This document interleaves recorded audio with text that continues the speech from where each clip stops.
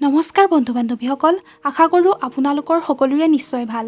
আজি মই আপোনালোকলৈ লৈ আহিছোঁ কেষ্টৰ অইল অৰ্থাৎ এৰিটেলৰ উপকাৰী গুণসমূহৰ ওপৰত এটি ভিডিঅ'। তেনেহ'লে পলম নকৰি আৰম্ভ কৰোঁ। এৰিটেল এৰা গছৰ পৰা প্ৰস্তুত কৰা হয়। ইয়াক হিন্দীত অৰেণ্ডিকা তেল আৰু ইংলিছত কেষ্টৰ অইল নামেৰে জনা যায়। ই আমাৰ স্বাস্থ্যৰ বাবে উপকাৰী।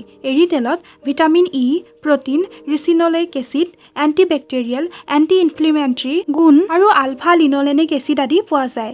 এৰিটেলক খাদ্যত ব্যৱহাৰ কৰাৰ লগতে প্ৰসাধন সামগ্ৰীত, ছাল আৰু চুলিৰ স্বাস্থ্য ৰক্ষাত আৰু ৰোগ নিবাৰণৰ ঔষধ হিচাপেও ব্যৱহাৰ কৰা হয়। এৰিটেলক বাকী তেলসমূহৰ দৰেই খাদ্যত ব্যৱহাৰ কৰিব পাৰি, যদিও ইয়াৰ গুণাগুণৰ প্ৰতি লক্ষ্য ৰাখিহে খাদ্য সামগ্ৰীত ব্যৱহাৰ কৰা হয়। ই বাকী তেলসমূহতকৈ সম্পূৰ্ণ পৃথক, গৰমজাতীয় আৰু দেখাত পাতল হালধীয়া ৰঙৰ। ইয়াৰ বৈজ্ঞানিক নাম হৈছে ৰিচিনছ। এৰিটেল কেইবা প্ৰকাৰৰ, যেনে hydrogenated castor oil, chemical extracted castor oil, cold pressed oil, Jamaican black castor oil ইত্যাদি। এৰিটেলত ভিটামিন ই, এণ্টিঅক্সিডেণ্ট আৰু ৰিচিনলেইক এচিড পোৱা যায়, যিয়ে শুকান চুলিত নেচাৰেল অইল বনাই ৰাখে। ই চুলিৰ ডেণ্ড্ৰফ, হেয়াৰ ফল আদি দূৰ কৰাৰ ক্ষেত্ৰত নেচাৰেল কণ্ডিচনাৰ হিচাপে চুলিৰ মইশ্চাৰাইজাৰ কৰে আৰু চুলিৰ স্বাস্থ্য বজাই ৰাখে।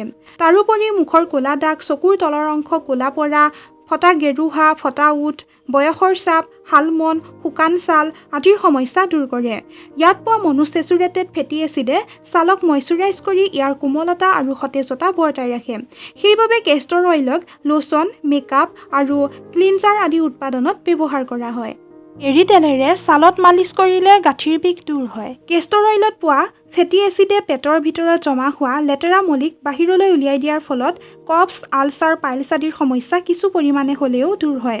কেষ্টৰ অইলে আমাৰ শৰীৰত ৰোগ প্ৰতিৰোধক ক্ষমতা বৃদ্ধি কৰাৰ লগতে চকুৰ জ্বলন, মুখৰ পৰা বেয়া গোন্ধ ওলোৱা, দাঁতৰ সৈতে জড়িত ৰোগ দূৰ কৰে। 1 টেবুলস্পুন কেষ্টৰ অইলেৰে দাঁত মাজিলে দাঁতৰ সৈতে জড়িত বিভিন্ন ৰোগ দূৰ হয়।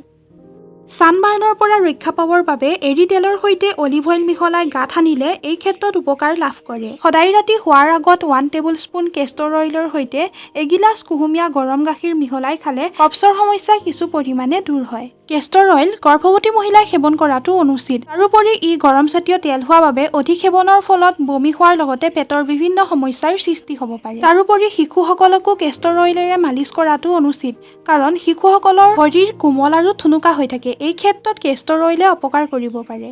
বন্ধু বান্ধৱীসকল, আশা কৰোঁ মই দিয়া এই সংক্ষিপ্ত তথ্যখিনিৰ দ্বাৰা আপোনালোক সকলোৱে কিছু পৰিমাণে হ'লেও উপকৃত হ'ব। যদি ভিডিঅ'টো চাই সঁচাকৈ ভাল পালে তেনেহ'লে লাইক কৰিব, কমেণ্ট কৰিব, শ্বেয়াৰ কৰিব আৰু এনেধৰণৰ হেল্থৰ সৈতে জড়িত ভিডিঅ'সমূহ পাই থাকিবৰ বাবে মোৰ চেনেলটো ছাবস্ক্ৰাইব কৰিবলৈ নাপাহৰিব। ধন্যবাদ।